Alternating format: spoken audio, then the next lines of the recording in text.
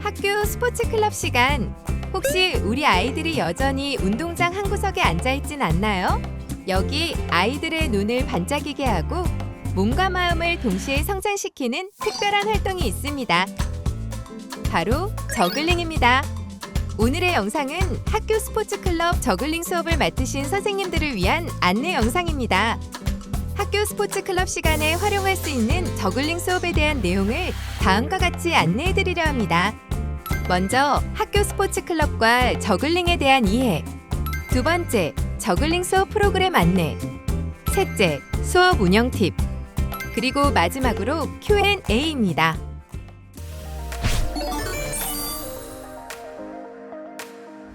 단순히 몸을 움직이는 것을 넘어 학교 스포츠 클럽은 우리 아이들이 건강한 생활 습관을 형성하고 친구들과 협동하며 사회성을 기르는 중요한 시간입니다. 스트레스 해소는 물론 자기 주도적인 활동을 통해 자신감과 성취감을 얻는 소중한 기회가 되죠. 저글링이란 단어를 보고 어쩌면 서커스를 떠올리실 수도 있지만 저글링은 우리 아이들에게 기대 이상의 교육적 효과를 선물합니다. 먼저 끊임없이 떨어지는 공을 보며 집중력을 기르고 어떻게 해야 성공할지 고민하며 문제 해결력을 기르죠. 눈과 손의 협응력, 반복적인 시도 속에서 인내심과 성취감을 배우기도 하죠. 마지막으로 함께 배우고 연습하며 서로를 격려하는 과정에서 자연스럽게 친목을 다지고 협력하는 방법을 배웁니다. 학교 스포츠 클럽의 목적과 방향성에 걸맞는 저글링. 이를 통해 우리는 아이들의 성장을 이끌어내보는 게 어떨까요?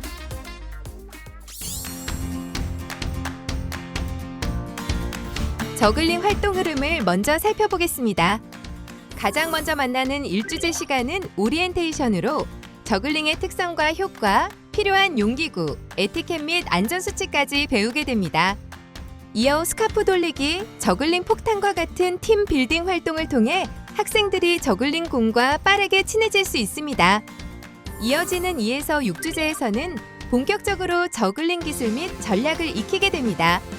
스카프 저글링, 바운싱볼 저글링, 공 저글링까지 단계별로 차근차근 도전하며 성공의 짜릿함을 경험하게 될 거예요.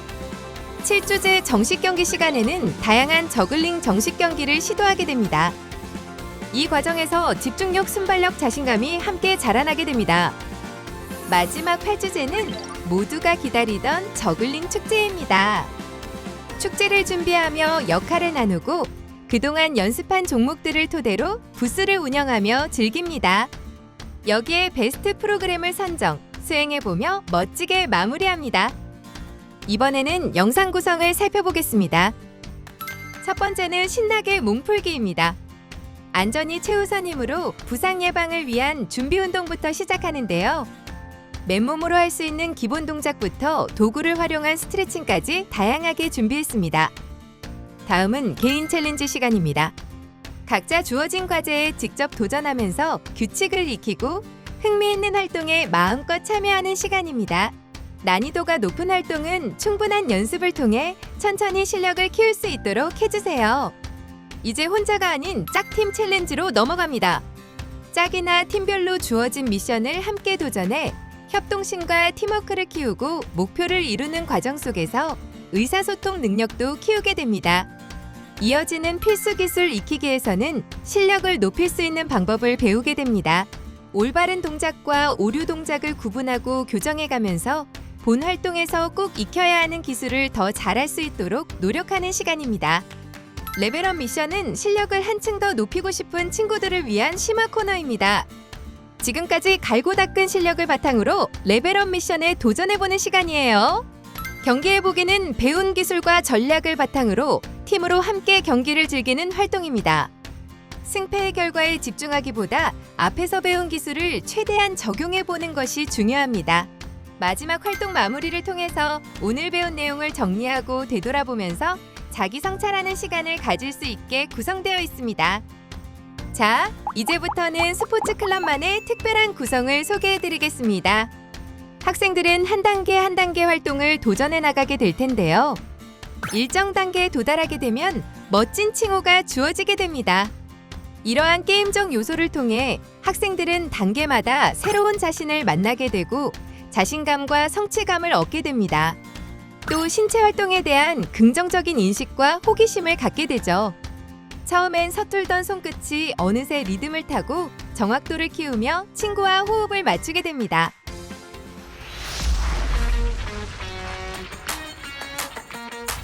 성공적인 운영의 첫 시작은 무엇일까요?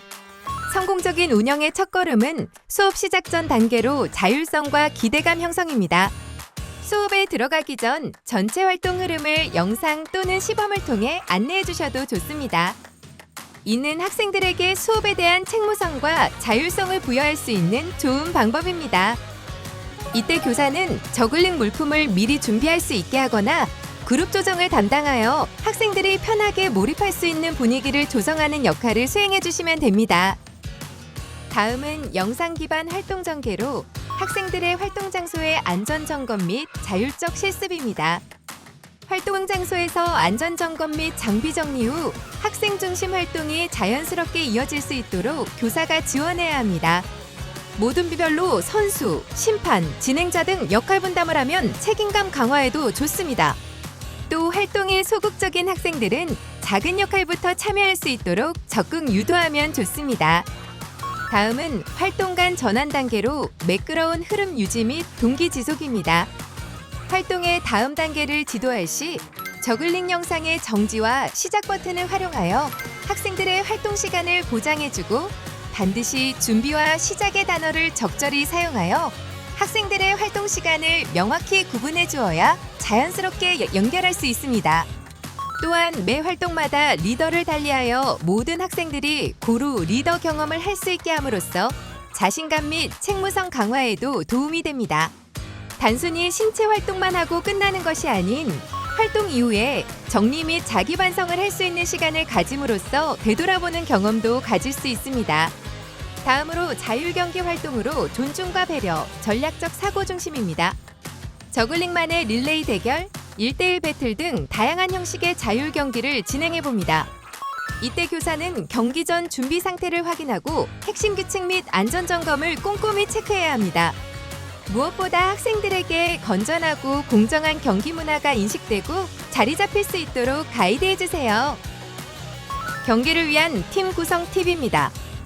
첫째, 학생들이 원하는 대로 자유롭게 팀을 구성하게 하는 겁니다.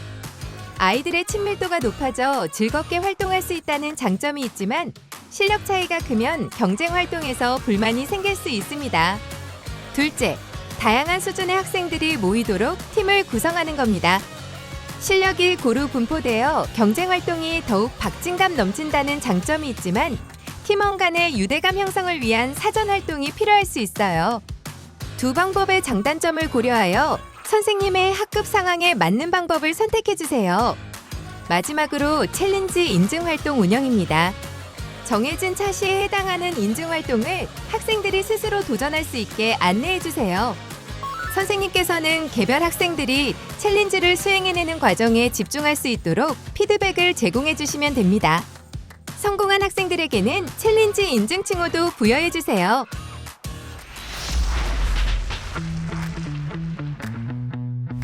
지금부터 각 주제별 지도 전략을 세부적으로 안내해드리겠습니다.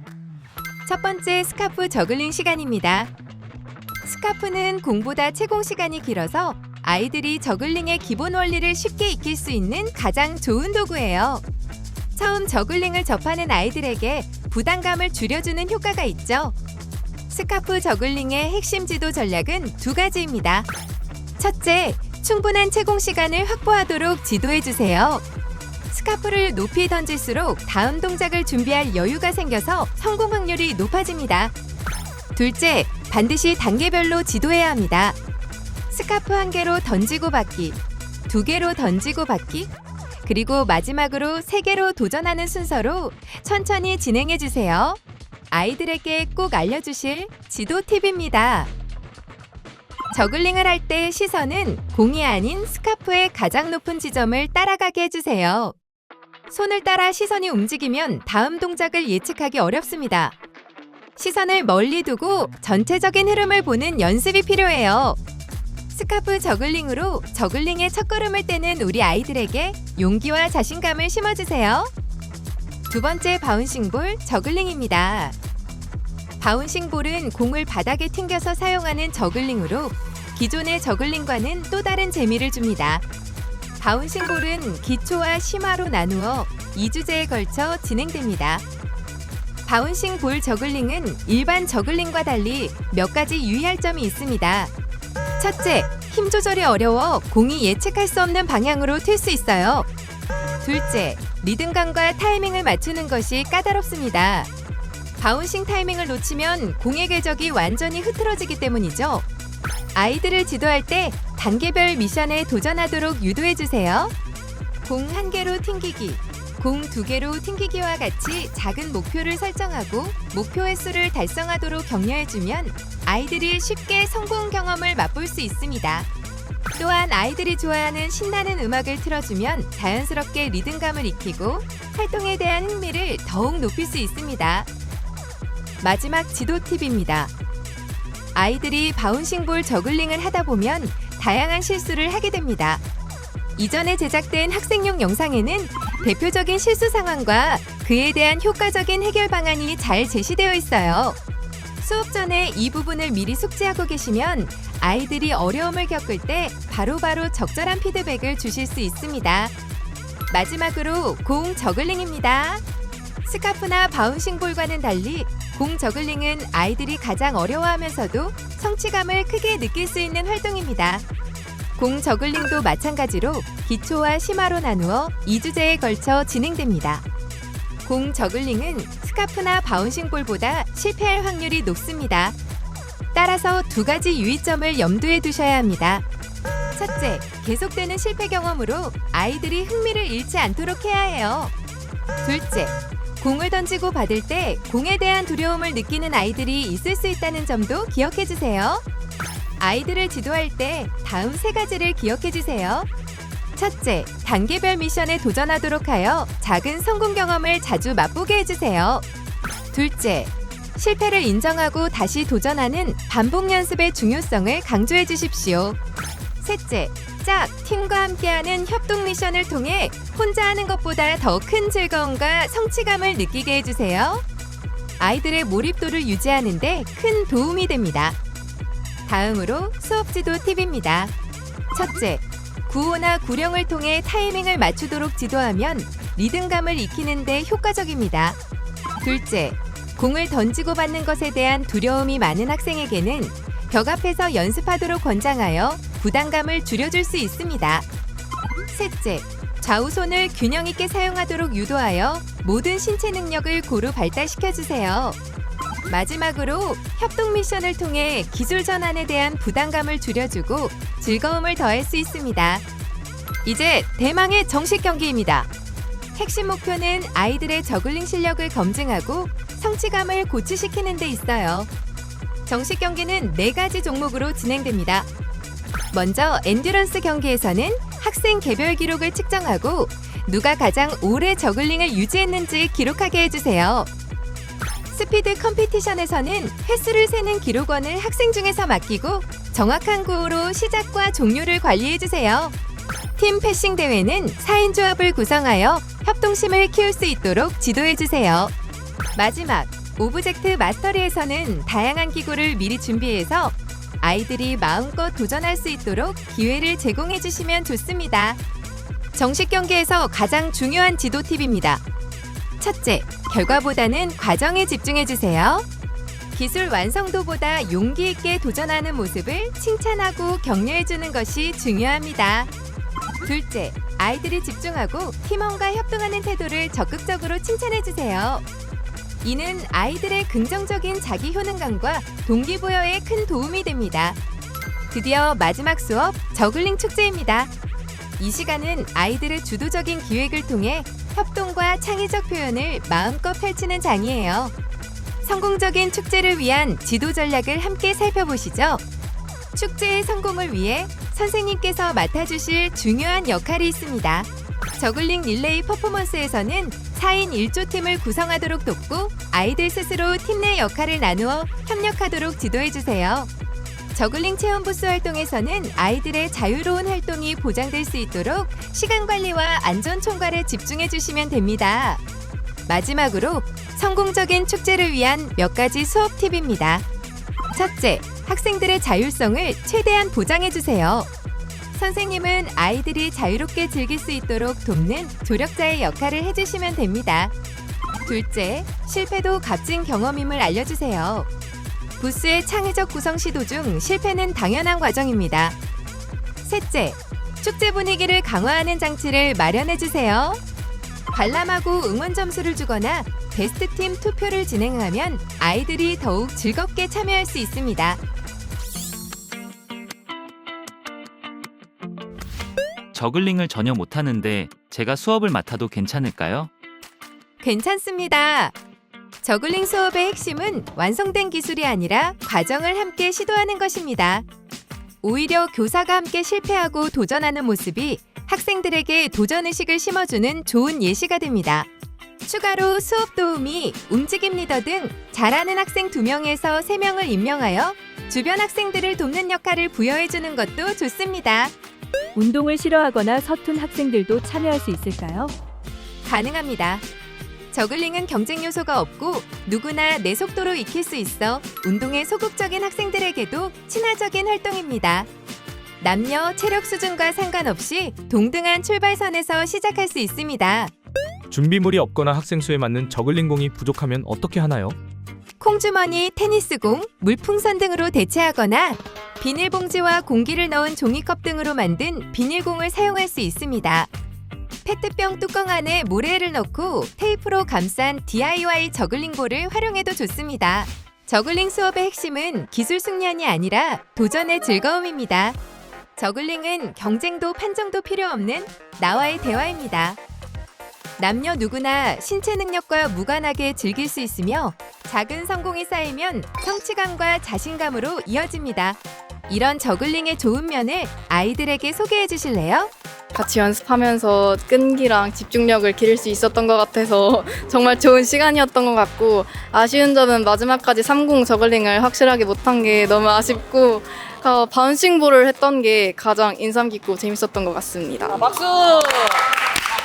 우리 모두의 손끝에서 시작되는 즐거운 변화. 저글링과 함께 만들어가요.